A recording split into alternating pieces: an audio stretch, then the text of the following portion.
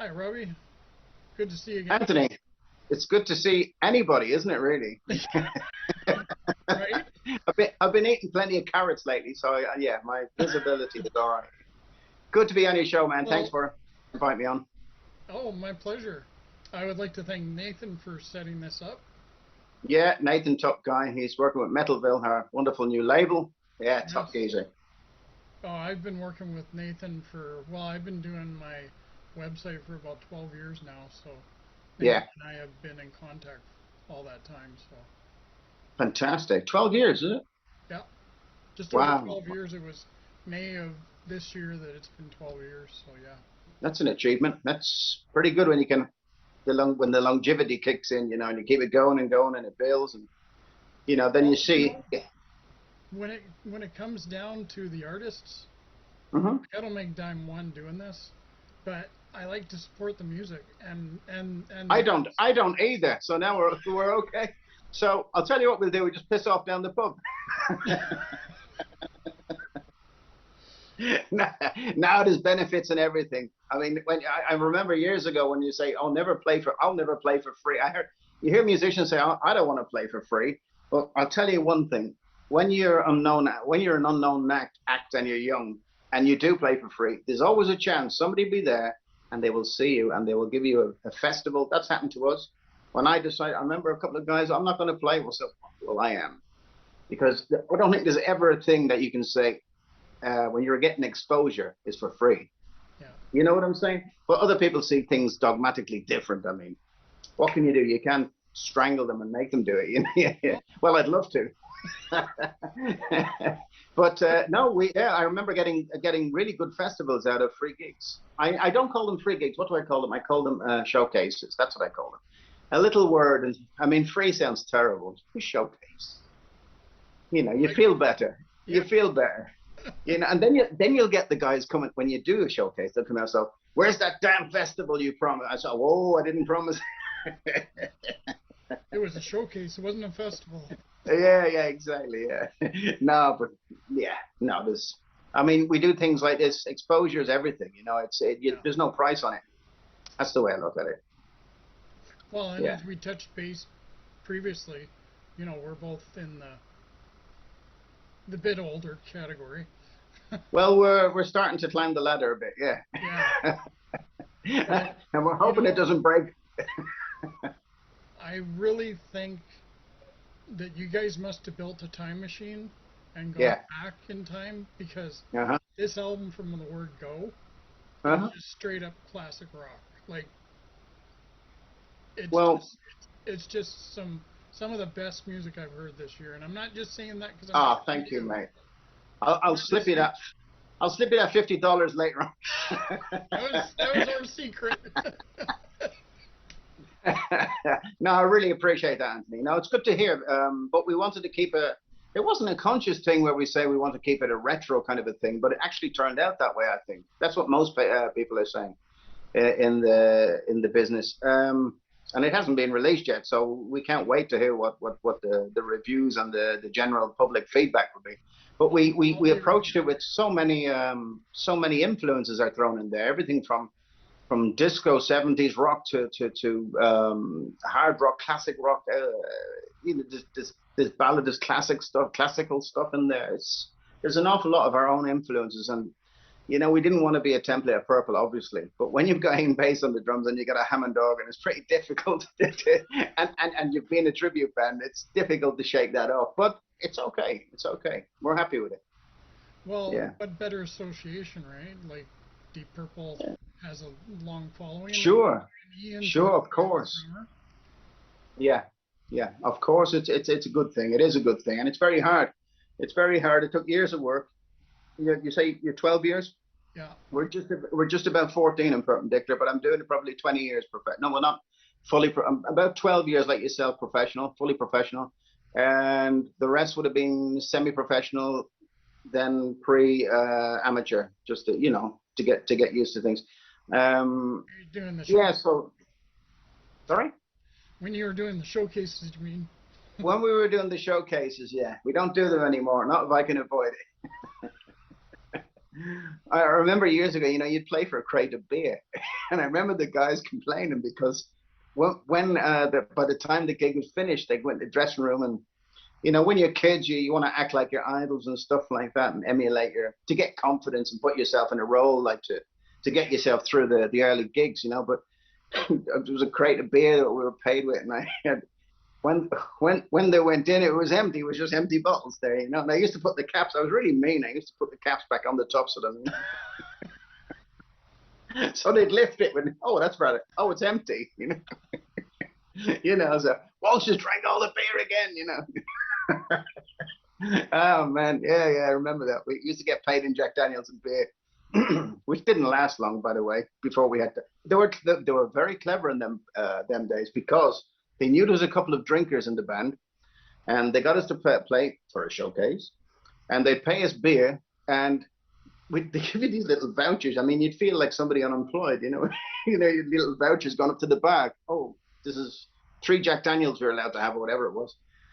And when that was drunk, they knew well that we would keep drinking. So I remember one time we went home minus a couple of $100 or whatever it was, Well, it wasn't dollars over here. It was Deutschmark back then. It was in Germany, So, okay. But just to give you an estimate, dollar wise, that was the earlier. But hey, do you know what? I wouldn't change it, because you learn, you wise up, and you get wise, and you say, right, that's not going to happen again. At least the other guys did. Yeah. So, but you can't. Yeah, it was a good growing up and learning process I was involved in. Yeah, and unknowingly, we just got big. The more work we did, the more the facilities, the hotel, everything got better. Everything got better. The venues got better, And there's an awful lot of kids that wouldn't, or colleagues, ex-colleagues of mine, that didn't buy into my business process. They thought it was just a temporary thing, and that we would break up, and that would be it. But 12 years or 13 years, 12, was it 13 years? 2007, it was October. Yeah. I can't do mathematics, but I can do algebra and money. Go figure. Yeah, I can't remember. Yeah. Wow. Well, seeing as you've been in the industry for so long, how have you found the recording process? I mean, with COVID obviously changed a lot of that, but with this album, like to get that sound that, I don't know, it's hard to describe for people who haven't heard the album yet, but to get that sound of punchy, wasn't it? It's punchy. Yeah, I have to compliment. Our guitar player, Herbert Booker. He's a wonderful set of ears. He's like, I wouldn't call him an elephant, but his attention to detail is unbelievable. He got this warm, punchy sound. We got a great mastering place with our friend Matthias in Neu-Ulm in Germany. But when we were recording the album, obviously we couldn't release it, because it's pointless to release an album if you can't tour with it. And because of bloody COVID, we couldn't. Our hands were tied. So we had songs. We had a bunch of songs, and we started to work. Okay, let's pick 10 of them, and let's know exactly what we want from it. So what we wanted was Ian's punchy drums, the way he plays, what would fit to him. What would he like to play? So we gave Ian a bunch of songs, and he loved it. That was great, and he was finished within a couple of weeks. His son engineered it, James in Henley in UK. Sent the tracks back, and we went to work. Generally, the ideas were born out of, which is a good thing. They were born out of live jams on stage, or improvisations in the set when we were playing live on whatever night, and something evolved each night, jam wise. So we'd put that, and then we'd have Herb would have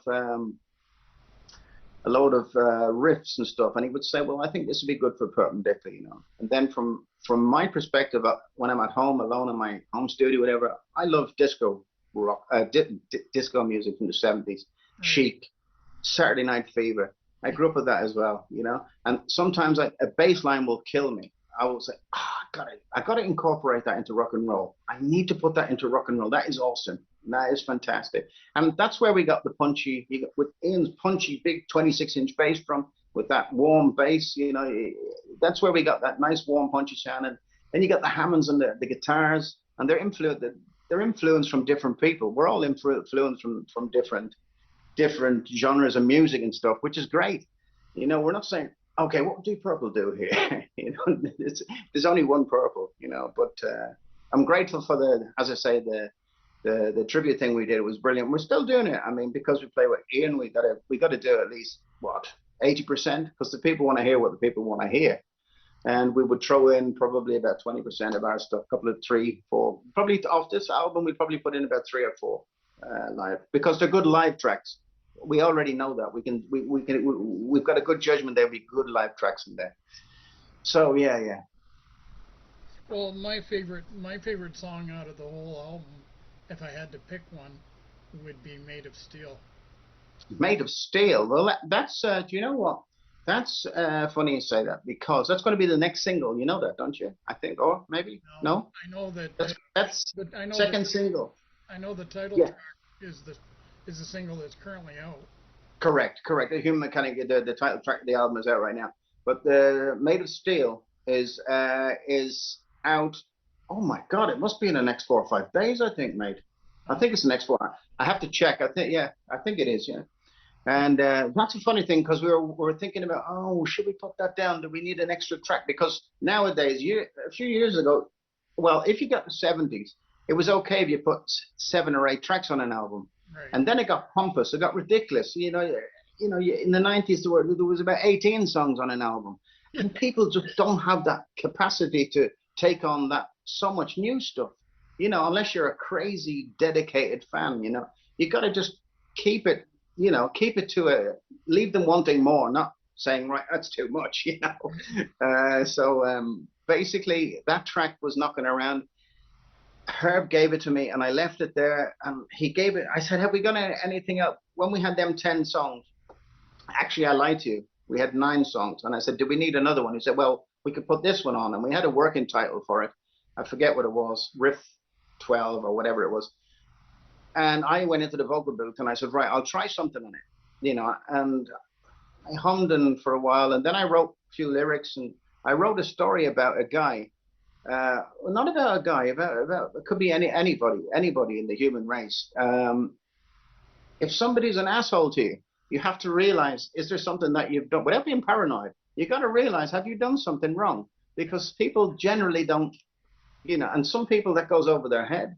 And it's also a song about denial, because denial can be the worst downfall of anybody's ambitions in life or anybody's progress. It can really knock you back if you're thinking, oh yeah, I'm doing great, and you're not open to criticism, you're not open to learning, you're not open to a normal conversation, or you know.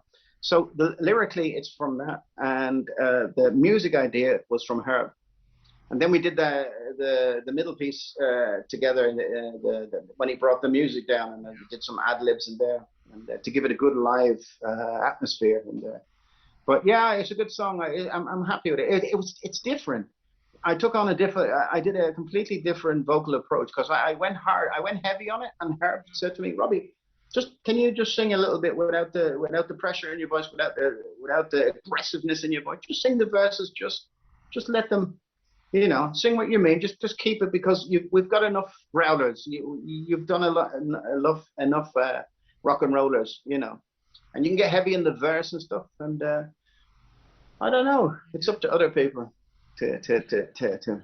I heard a previous interview you did with a fellow a week or so ago, and he compared some of your tracks to Nazareth, and you're like, I don't see it, but I think what he was I think he was trying to say that certain styles of your vocals have that roughness.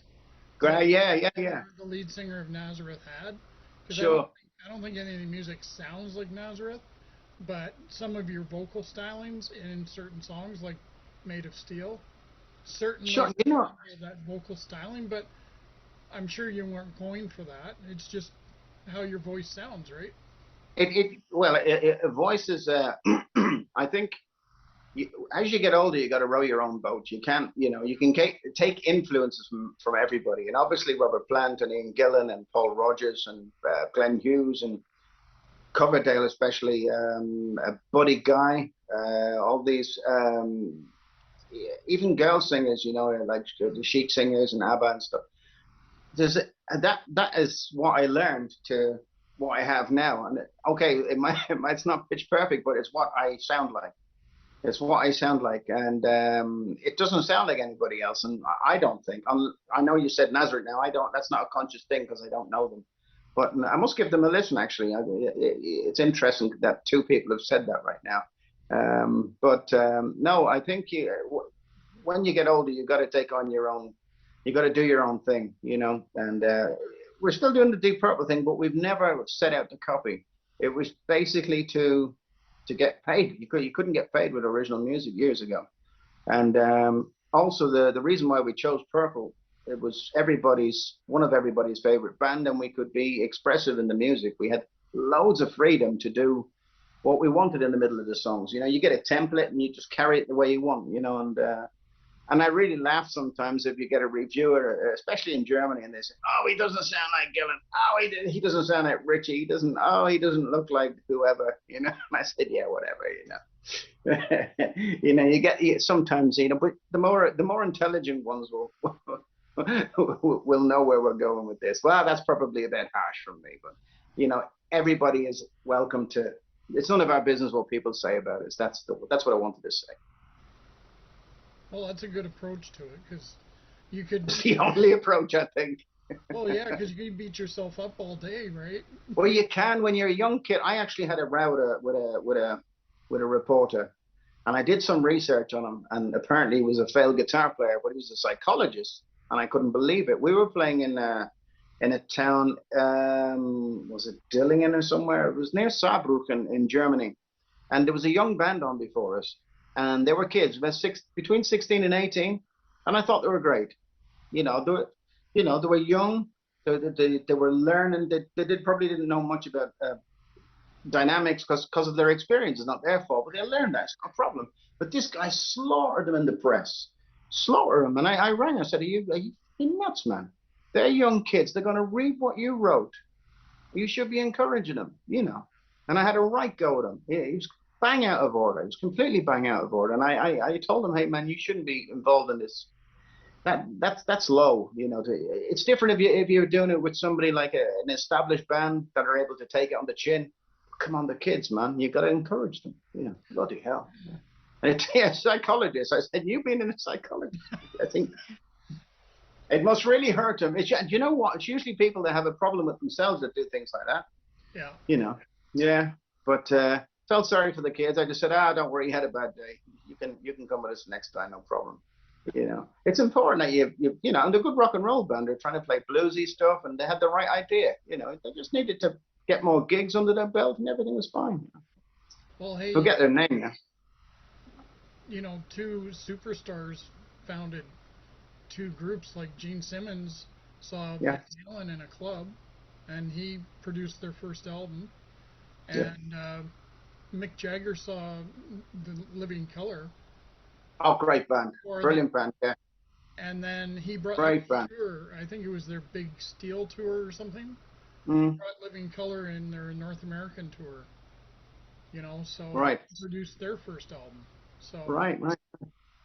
I think that's how I think Pink Floyd were found the same in some little crummy student party or something like that, and they had this kind of effects thing going on, and it was all very loud and ridiculous at that time. And this guy, what's his bloody name? I just can't remember his name. Maybe you know his name. He took them on board, and the rest is history. Wow. What a find. That was a good time though to sign good bands. That was a really good time. That was before the internet, and you had a chance to sieve out the crap, because you don't know what's real nowadays or generally people involved in the business know what's real, but you'll get the average fan that don't.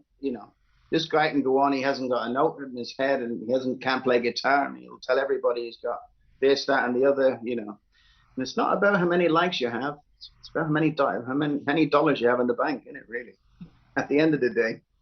Well, and you can look yourself in the mirror because you've done your best possible work. Well, I've turned my mirrors around, man. No, but you're right. You have to be able to look in yourself in the mirror and say, look, am I doing the right thing? Or, you have to do in any dispute. Many times I did it, and I don't like to give in sometimes, but yeah, sometimes you have to hold your hand up to go forward, as I was saying previously. So, yeah. Nah. Are you referring to auto tune? Is that what you mean, or because? Auto-tune? No, no. Auto-tune? No, no, no. Oh, okay. Why, why did you I don't know. say I that? just thought you were referring to auto tune.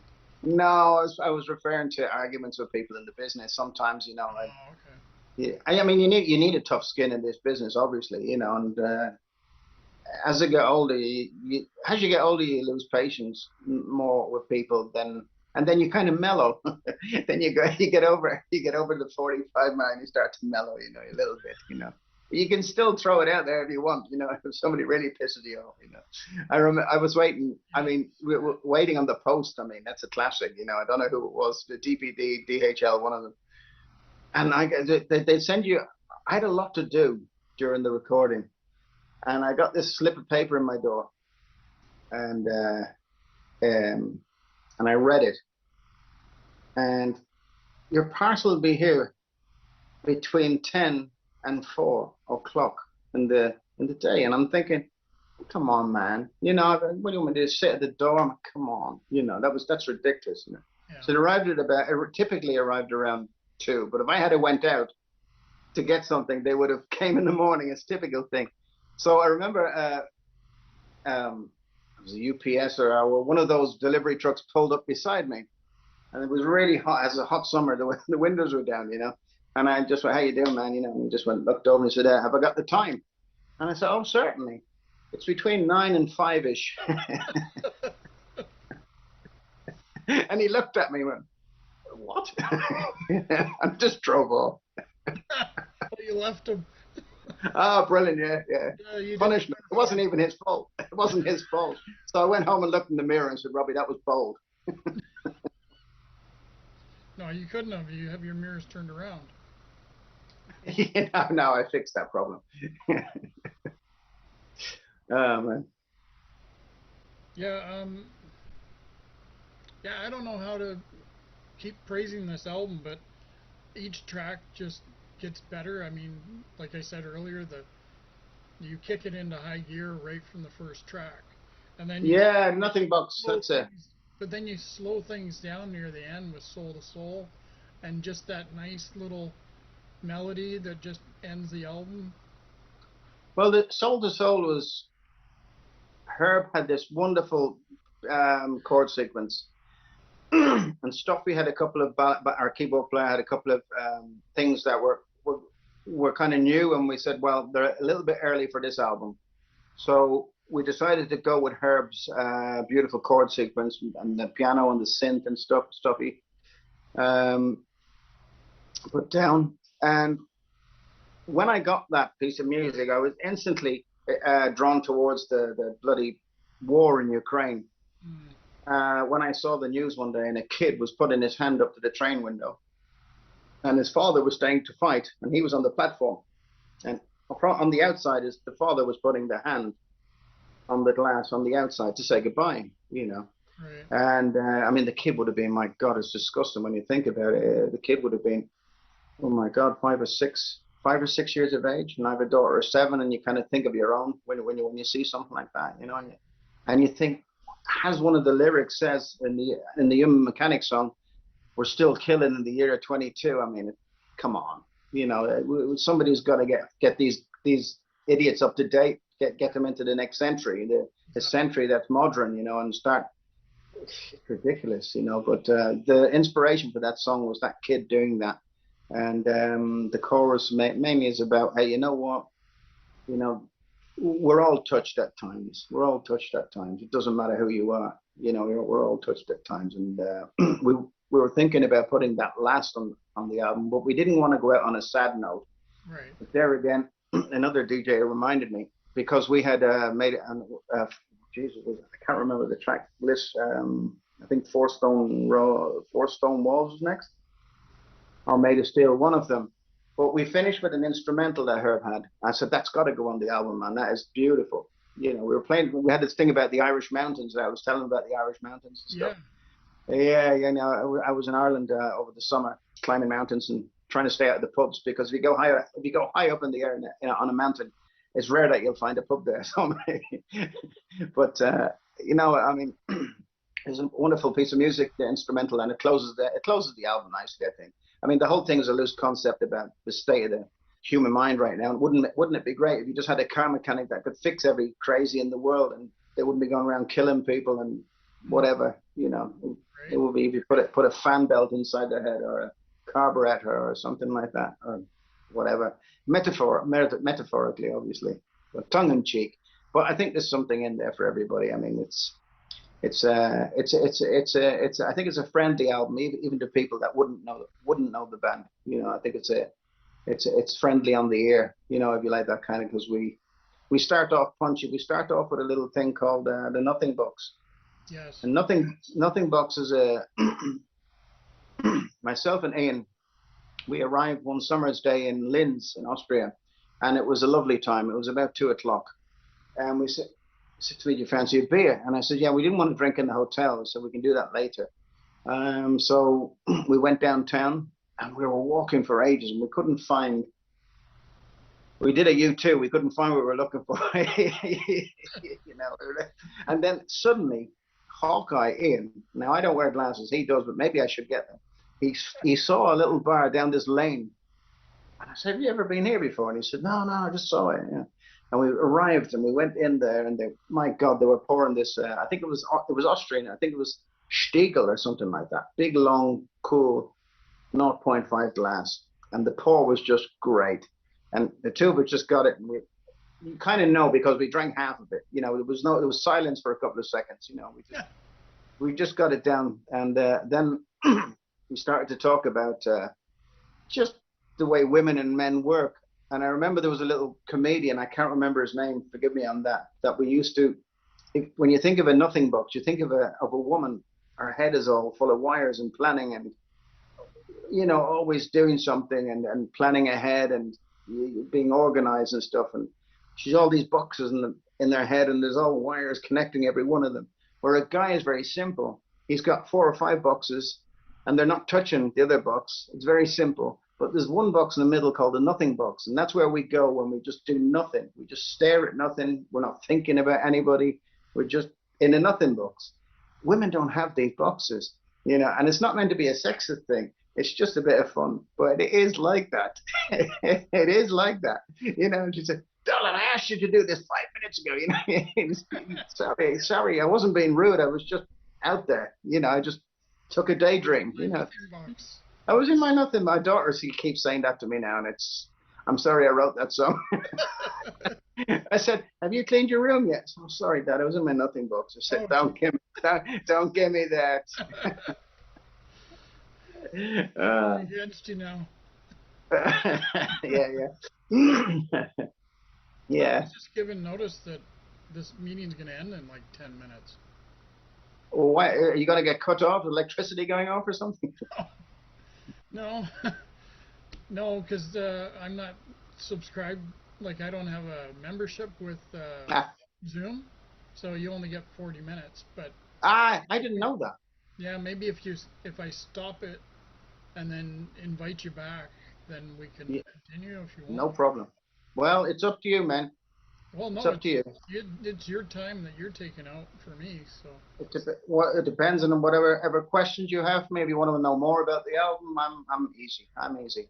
Well, I would like to hear, you know, because everybody now knows, like, for me, it's the first time I've heard the band, even though I. Right. Well, we I don't think we're known in America at all. You're in America, right? Obviously. Oh, shoot me down, Jesus Christ! Right. Okay, somebody get me out of there. Turn it off. No. Now I know how your noisy neighbors feel. Sorry about that. Now it's all a bit of fun, isn't it? No, brilliant. You know, I thought, why did I think Washington? I don't know why. I don't know why. Whereabouts are you, in Toronto? No, just outside of Vancouver. I got that wrong as well. I'm not doing too good, am I? But no, I mean, you guys are more than welcome to come to Vancouver. I'd love to see Oh, yeah. you. Do you know that I think our record company, Metalville, Holger from our German office, he wanted to do between 15 and 22 shows across North America, Canada, and East Coast of USA. So we had it all lined up, but we had to stop because Deep Purple had something going on in America. So we had to step aside for the mothership, and we have to wait until Purple decide what they're going to do. But the dates are all loosely there. They want to do it, so it's just a matter of putting it together. So fingers crossed, man. It'd be brilliant to do it. Of course, I've never been. I've never been to America. Never been to Canada, but I've been everywhere else in Europe, I think. And yeah, I was in Ireland when I was, because that's where you are, right? In Ireland? yeah. Yeah, I was there when I was about 15. My mom and my stepdad took me and my sister there because they were both teachers. So they were teaching over there. And Ireland and Scotland were probably my favorite places because we went to England and France as well. Yeah, But yeah. it was Ireland and Scotland. The people there are just wonderful. Well, they are. They're very friendly. Do you know that George Bernard Shaw? Do you know Bernard Shaw? George. He said that Ireland was the biggest open air asylum in the world, and that's true. We're not the full shilling. We got something missing up there. You know, Don't, it's very true. I can't speak for the other nations, but we're definitely we love to laugh at everything. We've got pretty good sense of humor, I think. You know, we're pretty durable, pretty friendly, and we love a drink. yeah. Yeah, and the drink is our downfall. I always say if World War III breaks out, the Irish will go to Spain for 3 weeks, go in a pub and come back and hope it's over. Or things could erupt and be like Shaun of the Dead. Something like that. Yeah, yeah. Yeah. Oh man, but you had a good time anyway, yeah. Oh, yeah. I mean, I still have fond memories. And I'm 50. Well, I'm 56 now, so did you frequent any of the bars and enjoy some of the good whiskeys and stuff? no, I actually don't drink. So Are you serious? yeah, I'm You're the second. 100%. Wow, wow, you know, there's a couple of DJs I've done podcasts for this week that don't touch the stuff, and I'm always going, oh, I'd like a beer, I'll take you for this, and I say, oh, don't drink. So, well, I think eventually I'll end up doing podcasts with no alcohol involved. Hey, each to You their know, own. Each to their but own. it's just funny when you mentioned Ireland. There's a couple of nice stories. I went into I needed a hotel with a couple of the lads. We were in Ireland and we were down. We wanted to do a bit of fishing. Just one of the roadies and a couple of the lads, and went into this little kind of a guest house hotel. This little country man behind the bar, and he says, "Hello, sir." You know, and I said, "Hey, do you have 4 single rooms?" And he says, "I do, sir, I do." And he said, "Would you like one with a bath or a shower?" And I said, "Well, what's the difference?" And he said, "Well, in a shower, you have to stand up." Obviously, I was talking about the price, you know. But it's funny. You go into a little Irish bar in Kerry, for example. I went into a bar there, and it was way too early. I just wanted to go to the toilet, and I noticed that the stools were on the bar. And he said, "No, we're closed. We're closed." He said, "We're closed. That's it." You know. And I said, "Oh, no problem. No problem." I turned around and walked out. I said, "What time are you open at?" He said, "We're open at 12." You know. And I'm doing accents here. And and I was walking out, and he said, "Oh, no, hang on a second. Would you like a drink while you wait?" I mean, it just defeats that's the Irish. Brilliant. That's Yeah. that's a great story. Well, there's lots of them. Ian has a few as well, but I can't remember. He's a couple of. I think John Lord had one, probably not Ian, that told Ian that an Irish waiter or something like that was bringing his bags to his room, and he says, "Follow me, and I'll be right behind you." So it doesn't make sense, you know. But yeah, whiskeyized nation. So, but no, it's great to be. You know, it's a shame we could never get to Ireland, and we only did one very big show in the UK in 2017 with Jethro Tull and Genesis, I think it was. Oh wow. That was good. That was a big festival, Minehead Festival, and we haven't been back uh, to the UK, but we're still working on it. But the market is pretty down in Ireland, I think. You know, they, we have to be. You know, everybody said, "Why don't you come here? Why don't you go there?" But we only go where we're invited, Anthony. You know, we can only go where you don't go great gay crashing parties. At least I hope not. You know.